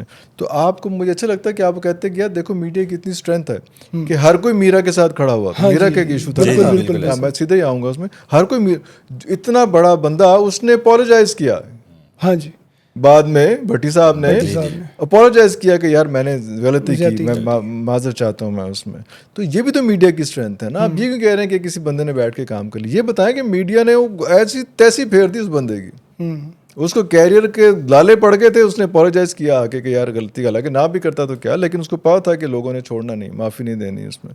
तो मीडिया की ये भी स्ट्रेंथ है। बहुत सारी चीज़ें हमने जो है इस किस्म की, बहुत सारे केसेस थे, बहुत सारे मसाइल थे जिसमें मीडिया ने टेबल्स टर्न किए हैं, ये डिजिटल मीडिया ने टेबल्स टर्न किए हैं। तो ये सारा कुछ भी साथ हो रहा है। और वो जो मैं पॉजिटिविटी की बात कर रहा हूँ, तो ये जैसे छोटी मोटी चीज़ें, बाकी सब वो तो चलता रहेगा ना यार। आप मुझे बताएं कि रोज़ कितने एक्सीडेंट होते हैं, गाड़ियाँ चलानी बंद कर दें यार, हम उसमें नहीं करेंगे ना। मॉडर्न से मॉडर्न गाड़ियाँ आती जा रही हैं, चीज़ें होती जा रही हैं, एक्सीडेंट भी नए से नए तरीके के होते जा रहे हैं उसमें। तो अगर आप एक्सीडेंट को हाईलाइट करेंगे जी मैंने गड्डी थले बचा आ गया सी उसमें, तो यार भाई तो फिर आप ठीक है, फिर आप उसी जगह पर रह जाएंगे। हाँ जी। लेकिन वो अगर आपने ये देखना है कि और इसके फ़ायदे क्या हुए हैं, मैंने आप ही की मिसाल आपको दे दी, जो जिस इशू को आपने कहा था उसी की मिसाल दे दी कि उड़ा के रख दिया था मीडिया ने, मीडिया की साइड, पॉजिटिव साइड पे उड़ा के रख दिया था कि ऐसी की तैसी किसकी। हालांकि कोई मीरा के साइड पे कोई इतना नहीं था, लेकिन बात गलत थी, उन्होंने उल्टा के रख दिया। बोला आप मूवी की प्रमोशन के लिए रहे हैं, आप जो है हाँ जी, आपने वो कर दिया। तो इसलिए अगर आप जब बारिश होती है ना तो जड़ी बूटियां भी उगती हैं, सारा कुछ उगता है, सब कुछ होता है, लेकिन खेत वहाँ पे उगता है जहाँ पे ज़मीन की बारिश से पहले अच्छी निगहदाश्त की होती है। तो निगहदाश्त नहीं की हुई तो फिर झाड़ियाँ तो उगेंगी, बिल्कुल। फिर खेत में जो है वो रिस्क कम हो गएगा, झाड़ियाँ ज़्यादा उगेंगी। फिर जो हैव टू वेट कि झाड़ियाँ हो गई, फिर आप उनकी तराश खराश करें, उसमें फिर ऑब्वियसली उसमें डैमेज कंट्रोल में ज़्यादा टाइम लग जाता है, के लिए टाइम भी लगेगा। हाँ वो टाइम लगेगा, नहीं लगना चाहिए था। दुनिया जहां में लोगों ने बहुत से मुल्कों में जो है वो पहले से प्रिपरेशन की है और चीज़ों को बचा के चले हैं। हम लोग हमेशा जुती लाभते रह जाने हैं, तो इसलिए वो हम थोड़ा सा लेट हैं। हमारी ऑब्वियसली वो मोबाइल की तरह प्रायोरिटीज़ जो हैं वो हमने भी सेट नहीं की हुई, प्रायोरिटीज़ हमारी इधर उधर जा रही हैं। तो ये थोड़ी सी चीज़ें हैं। कोई ऐसा मीडिया, मुझे तो नहीं लगता कि डिजिटल मीडिया को बहुत ज़्यादा कोई भयानक है उसमें। बहुत से ऐसे इश्यूज़ मैं आपको अभी गिनवा सकता हूँ अगले 5 मिनट के अंदर जिसमें मीडिया ने बहुत पॉजिटिव रोल दिए। उसके बाद आप कहें कि फैमिली व्लॉगिंग गलत है, चीज़ें गलत हैं, तो यार ये आपका अपना मिजाज है भाई। उसमें एक और बहस है कि यार आपके अपने फैमिली के रिश्ते नाते इतने टूट गए हैं, आप इतने आइसोलेट हो गए हैं। एक घर के अंदर 5 बंदे बैठे हैं तो पांचों भी इकट्ठे नहीं बैठे हुए अपने अपने मोबाइल के ऊपर, एक ही कमरे के अंदर बैठे हैं और पांचों बंदे अलग हैं, अलग अलग बैठे हुए हैं। तो वो जो एक फैमिली व्लॉगर है जो अपनी अम्मा के साथ, बहन के साथ, कजन्स के साथ, दोस्तों के साथ, जो सबके साथ ऐसे एक बना हुआ है, आपको वो फैसिनेट करता है क्योंकि आपके घर में वो नहीं हो रहा। आप अपनी बहन भाई अब्बा अम्मा के साथ वैसे बात नहीं कर पा रहे हैं जो फैमिली व्लॉगर कर रहे हैं। हाँ, तो फिर आप उसके साथ ग्लू कर रहे हैं। तो फिर तुसी जो कहने पंजाबी की अपनी मंजी तरह डांग फेरो ना। हाँ, तो आप वो अकेले बैठ के आइसोलेट होके अपनी फैंटेसी देख रहे हैं कि यार हो सकता है कि मैं भी वो, इसलिए साथ उसके जुड़े हुए हैं। तो फैमिली व्लॉगर को बुरा कहना मिलके कह लेते हैं, लेकिन देखो तो सही इशू क्या आ रहा है। ये उसी तरह से हुआ, किसी ने मुझे बुलाया, वहाँ पे कोई NGO थी, उसने, ये फटा भी हो सकता है, खैर तुसी भुगतोगे एनजीओ थी, उसमें चाइल्ड लेबर के ऊपर उन्होंने बुलाया और वहाँ पे रफड़ ये हो गया कि जनाब बच्चे जो हैं वो सड़कों के ऊपर मांग रहे हैं, टायरों की दुकानों पे सारा कुछ कर रहे हैं, ये कर रहे हैं, और बड़ा रौला, बड़ा वो ख़वातीन वो भी पड़ी तकरीरें करते हुए उसमें सारा कुछ। वो मेरी भी पता नहीं क्यों बारी आ गई। मैंने जाके कहा कि जी मुझे तो नहीं लग रहा कि ये जो चाइल्ड लेबर है कोई इशू है, तो मुझे तो लग रहा है कि ये है it's a result of several issues. बिल्कुल। तो आप उन इश्यूज को एड्रेस करें तो चाइल्ड लेबर खुद खत्म हो जाएगी। किसकी माँ चाहती है कि उसका बच्चा टायरों की दुकान पे वो, अगर उसके घर में दाने पूरे हैं बिल्कुल, तो वो तो स्कूल ही भेजेगी ना, वो क्यों भेजेगी उसमें। तो अगर वो मसाइल आपके, वो वाली अनसर्टेनिटी, वो अनरेस्ट जो है, वो जो एक पैसों की फराहमी में जो एक डिलेज हैं और जो बेसिक राइट्स, बेसिक नेसेसिटीज नहीं मिल रही, आप उनको नहीं करेंगे तो चाइल्ड लेबर तो ख़त्म नहीं होगी। तो उन्होंने कहा आप बैठ जाएं। तो अगला बंदा फिर चाइल्ड लेबर ये रोने लग गया, सारा कुछ है। तो वो चीज़ें जो हैं वो आपने किस अप्रोच से, क्या प्रायोरिटी क्या है, कैसे देखना है आपको, वो ज़रूरी है। तो डिजिटल मीडिया में अगर आप अच्छी चीज़ों को देखना शुरू करेंगे तो भरमार है चीज़ें देखने की। ये तो इसके एल्गोरिदम्स है ना कि आप क्या सोच रहे हैं, क्या देख रहे हैं, और वो अब तो इतना हो गया है कि वो आपका दिमाग भी पढ़ लेता है कि उस तरह की रील्स, उस तरह की वीडियोस, एक वीडियो अगर आपने देख ली किसी तरह की तो अगली वीडियो उसी तरह की, उससे ज़्यादा सेंसिटिव नौयत की वो आपको दिखाएगा, उसको और ज़्यादा आपको एंगेज करेगा, क्योंकि उसकी प्रायोरिटी ये है कि आप एंगेज रहें। आपकी प्रायोरिटी कोई नहीं है।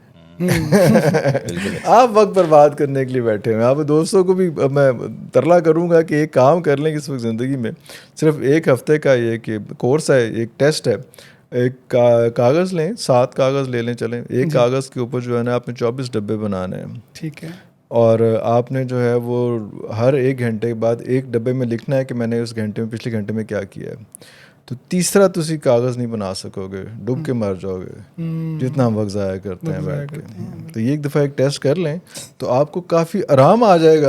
जो आप लोगों को बैठ के तनकीद करते हैं कि आपका वक्त ज़ाया किन चीज़ों पे हो रहा है, किन चीज़ों पे वक्त ज़ाया कर रहे हैं आप, क्या कर रहे हैं, और ज़िंदगी की प्रायोरिटीज़ क्या हैं, आपको पता चल जाएगा ना। टाइम नहीं है मेरे पास तो ये है तो वो है, वो सारा वो एक चीज़ आपके सामने आ जाएगी। उधर है थोड़ी औकात पे 24 घंटे में पिछले तुमने ये किया, एक दफ़ा कर लोगे, दूसरी दफ़ा कर लोगे, तीसरी दफ़ा को यार रह नहीं दे 7 दिन पूरे नहीं होने, मेरे भी नहीं हुए सर, मैं तो पहले भी नहीं किया, सोच के मैं क्या रहने दो काम में पड़ रहा। ये सारी चीज़ें सर आखिर में आपसे यही हमने जो एक क्वेश्चन आपके देखे, आंसर सर के देखें, जितनी पॉजिटिविटी थी आप में, तो आपने एक सीरीज़ शुरू की सर, वो भी हमने देखी है अब्दुल्ला भट्टी साहब के साथ, उसमें रूहानियत के ऊपर माशाल्लाह ज़बरदस्त वो सीरीज़ थी, बड़े शौक़ से हम सब देखते हैं, फैमिली भी देखती है।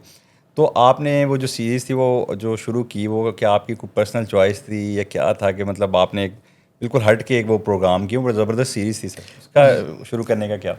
यार 40 साल के बाद बंदा नहीं को ही चाहता है तो मैं तो तकरीबन 55 को आने वाला हूँ, तो इसलिए वो मेरा कसूर नहीं है, वो उम्र का कसूर है। ये चीज़ें थी। लेकिन हमने उससे पहले एक चैनल भी लॉन्च किया था, लॉन्च तो मैंने नहीं किया था, लेकिन उसका बिना पार्ट ऑफ इट, उसमें वो एजुकेशन बेस्ड चैनल था, और कोशिश यही थी कि तरबियत जो है उस पर ज़्यादा फोकस किया जाए, क्योंकि हमारे पास तालीम रह गई है और तरबियत कोई नहीं है, और उसमें हमारे पास डिग्रियाँ बहुत सारी हैं लेकिन शऊर और इखलाक की आदत और कदरें जो हैं वो ख़त्म हो गई हैं।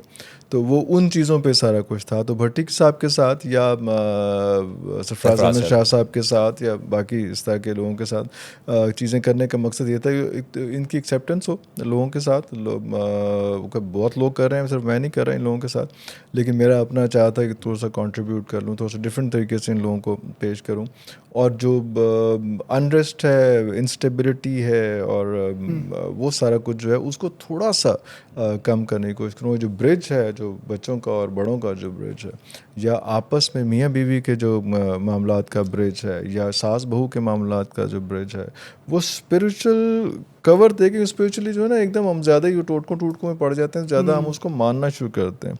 अगर आप देखेंगे टोटके तो ज़्यादा होते हैं उसके अंदर, लेकिन खैर की बातें भी होती हैं। अब आपका है कि आपने उस छाबे में से टोटका पकड़ के करना है, और बार बार हम इस चीज़ में ये भी कहते हैं कि टोटका, अगर आपकी नीयत साफ़ नहीं, अगर आपका दिल साफ़ नहीं है, अगर आपकी बाकी फ़राइज़ आप पूरे नहीं कर रहे, तो टोटके विल नॉट वर्क।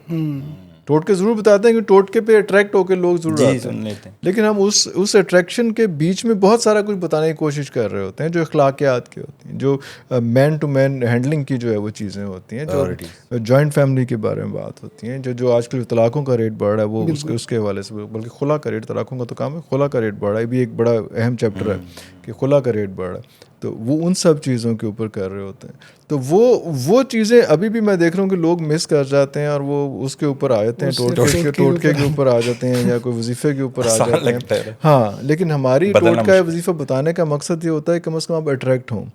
उसमें फिर हम जो बातें कर रहे होते हैं वो उसमें से अगर कुछ 10 ने टोटका पढ़ लिया और 2 ने वो बातों में कर लिया तो मेरा ख्याल हमारा काम पूरा होता है, क्योंकि उनके टोटके नहीं चलने हैं, उनके वजीफ़े नहीं चलने हैं। अगर वो बाकी हुकूकुल इबाद पूरे नहीं कर रहे हैं, अगर आपका अल्लाह के साथ हुकूकुल इबाद के अलावा अल्लाह के साथ कनेक्शन नहीं है पूरा, अगर आपकी नमाज़ें पूरी नहीं हैं और सिद्क़ के दिल के साथ, नीयत के साथ ये नमाज जो है वो प्रैक्टिस के तौर पे नहीं पढ़ रहे, आप एक ज़ोर का टाइम हो गया तो ज़ोर पढ़ ली, रोटी का टाइम हो गया रोटी खा ली, ज़ोर टाइम हो गया रोटी ज़ोर पढ़ ली, उस तरह से नहीं। एक कमिटमेंट के साथ अगर आप नमाज नहीं पढ़ रहे हैं, अगर आप ये चीज़ नहीं देख रहे हैं कि वाकई अल्लाह ताला आपके सामने खड़े हैं, अगर आप ये चीज़ नहीं देखते कि वाकई आप पुल सलात पे खड़े हैं, अगर आप ये नहीं देख रहे कि आपके राइट पे जो है वो जन्नत है और लेफ़्ट पे दोज़ख है, अगर आप ये नहीं देख रहे कि आपके पीछे मौत का फरिश्ता खड़ा हुआ है, अगर उस मौके पे आप खड़े होकर नमाज नहीं पढ़ रहे, फिर नमाज फिर तुसी वर्जिश करते रहो, ठीक है, कोई फ़र्क नहीं, फिर टोटका भी नहीं चलना। हाँ, ये हम बार बार ये चीज़ बता रहे होते हैं, लेकिन वो लोग फिर भी टोटके पे आए थे। लेकिन कोई बात नहीं, किसी तरह से वो आहिस्ता आहिस्ता लोगों को एहसास हो गया टोटका नहीं चलता, तब भी शिकायत आती है कि टोटका नहीं चल रहा होता। यार आपका दिल साफ़ नहीं है, आपकी सोच साफ़ नहीं है, आपने दिल में जो है बोझ रखा हुआ है, लोगों के साथ जो है नाइंसाफ़ियाँ कर रहे हैं, चीज़ें कर रहे हैं, और वो सारा कुछ आपने भरा हुआ है। और आप एक साइड कह रहे हैं कि मेरी सास मेरे से वो जिस तरह से बात हुई थी कि सास जो है मेरी जो है वो बहुत बहुत ख़राब, सास का पॉइंट ऑफ व्यू नहीं किसी को पता है। आप घर से आ रहे हैं और सोच के आ रहे हैं कि मेरी सास बहुत जालिम है, सास का पॉइंट ऑफ व्यू किसी को पता ही नहीं है कि क्या किस तरह से क्यों हो रही है। एक माइंडसेट बन गया कि सास, हालांकि सास जालिम नहीं होती है। यकीन करें, मैं मीडिया पे कह रहा हूँ कि लड़की की माँ ज़्यादा जालिम होती है, वो नहीं बसने दे रही होती और आपको पता नहीं चल रहा होता क्योंकि वो अपनी माँ होती है। ये नई डिबेट। हाँ, वो अपने जो मसाइल थे, अपने दौर के मसाइल थे, वो बच्ची को बगैर वहाँ बैठे हुए ट्रेन कर रही इंडोक्ट्रिनेट कर रही होती है। हाँ, करके ऐसे नहीं तो ऐसे कर लो, उसको पता नहीं कि वहाँ पे क्या सूरत है, क्या कल्चर है, क्या चीज़ें हैं। उसने अपनी बेटी को ट्रेन नहीं किया होता कि आपने उस रंग में रंगना है, जाके उसमें ढलना है, किस तरह से ढलना है। एक तो हम बच्चों की शादियाँ बड़ी लेट कर देते हैं, तो बच्ची इतनी पक्की हो गई होती है अपने ख्यालात में, अपने उन आइडियोलॉजी में, कि वो किसी को जाके किसी मंदी नहीं किसी को जाके। तो बहुत सारे फीचर्स हैं जो हम उनमें जो स्पिरिचुअलिज्म के हवाले से हम उन चीज़ों को एड्रेस कर रहे होते हैं। स्पिरिचुअलिज्म में थोड़ा सा आपको लेवरेज मिल जाता है कि लोग अट्रैक्ट हो जाते हैं कि वो आके बैठ के आपकी बात सुन लगते हैं, लेकिन खुदारा जो हम इसके बीच में जो बातें कर रहे थे असल वो बातें होती हैं, असल वो बातें इग्नोर कर दिया जाता है। अच्छा सर, कोई एक ऐसा गेस्ट जो आपको लगा हो कि बहुत डिफ़िकल्ट या डिफेंसिव रहा हो?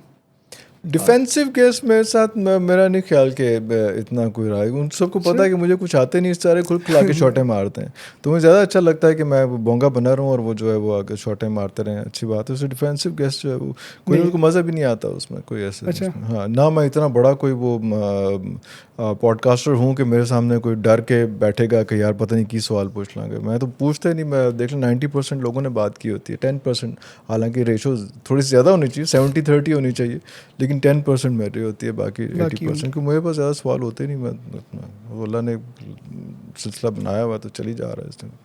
डिफेंसिव मैं बहुत वो होता हूँ क्योंकि एक दफ़ा इसमें, सॉरी आपकी बात उसमें लंबी हो जाएगी, एक रिलीजियस सिचुएशन थी, तो वहाँ पे किसी ने ऐसी बात कर दी, थोड़ी सी कंट्रोवर्शियल हो गई। तो वो किसी ने कहा कि यार इरफान भाई, द प्रोग्राम ही चाहे हो गया, तो किसी एक मौलवी साहब थे, उन्होंने कहा कि हमारे एक दोस्त को कहा, तो उसने कहा कि नहीं इरफान भाई ने तो नहीं की ना, वो तो बंदा आया हुआ था उसने की है। नहीं पर अल्लाह अकबर इरफान भाई ने भी किया सी ऐस गलत है। तो वो चीज़ों के साथ चल, तो ये बड़ी थिन लाइन होती है। आमिर लियाकत साहब कह रहे थे कि आप जब रिलीजियस या स्पिरिचुअल चीज़ कर रहे होते हैं ना, तो आप तलवार की धार पे चल रहे होते हैं। ऐसे ही होता है। सर फेवरेट कॉमेडियन आपके पाकिस्तान में कौन? यार फेवरेट कॉमेडियन दो हैं। एक फेवरेट हैं जो मानुल्लाह साहब हैं, और एक जो वैसे दिल जान से जो पसंद हैं वो ठाकुर हैं। ठाकुर साहब से आपकी बड़ी हाँ, एक वैसे देखा जाए तो फेवरेट जो है ऑल टाइम फेवरेट मानुल्लाह साहब हैं, लेकिन दोस्ती के हवाले से वो जो है वो ठाकुर साहब हैं। सर पाकिस्तानी मीडिया का सबसे बड़ा कोई झूठ झूठ के मीडिया आज़ाद है, झूठ है। अच्छा पाकिस्तान दुनिया जहान के मीडिया का झूठ दुनिया का सबसे बड़ा है। दुनिया के मीडिया का, पाकिस्तान का कह लो, चलो पाकिस्तान का कह लो, लेकिन दुनिया में ऐसे। सर फेवरेट ड्रामा आपका? फेवरेट ड्रामे काफ़ी सारे हैं यार। एक तो हम खुद बहुत बड़े ड्रामे हैं। फेवरेट ड्रामा इरफान अस्करी कह लें। और कौन सा होगा, ड्रामा ही है यार सारा हम लोग। अच्छा, और फेवरेट फूड खाने में क्या पसंद है? फेवरेट फूड ये थोड़ा सा ट्रिकी क्वेश्चन है, रैपिड फायर नहीं हो सकता उसमें। मुझे सबसे ज़्यादा जो पसंद है वो ये होता है कि मेरे बच्चों ने जो छोड़ा होता है ना, वो मुझे सबसे ज़्यादा पसंद होता है। कुछ भी खाया हो उन्होंने, तो वो जिन्होंने जो अभी भी मैं घर जाऊंगा तो बच्चों ने जो जो कुछ अपनी प्लेटों में छोड़ा होता है ना, वो मेरा फेवरेट होता है इसमें, जो भी बना हो चीज़ें होती हैं इसमें। Favourite singer sir? Favourite singer obviously Khan साहब थे, नुसरत फ़तेह अली खान साहब। एक टाइम था जिसमें बहुत ज़्यादा म्यूज़िक मैं कर रहा था उसमें, लेकिन मुझे अफसोस है कि उस वक्त वो रुखसत हो गए हुए थे, वरना उनको मैं बहुत ज़्यादा रिकॉर्ड करता और उनको बिठाता और उनको कहता कि आप सिर्फ गाते रहें यार, आपको रिकॉर्ड करते रहें हम लोग। जो कि नहीं हुआ, जो अनफॉर्चुनेट कि नहीं हुआ। जो कहा जाता था कि वो अगर कुछ और जिंदा रहते तो नए राग ईजाद हो जाते, नए सुर ईजाद हो जाते। चलें सर, इसके लिए सर आपके वक्त का बहुत शुक्रिया। अरे और आपका बहुत गुफ्तगू हुई आपके साथ, बल्कि कई नए क्वेश्चंस बन गए अगले पॉडकास्ट में इंशाल्लाह।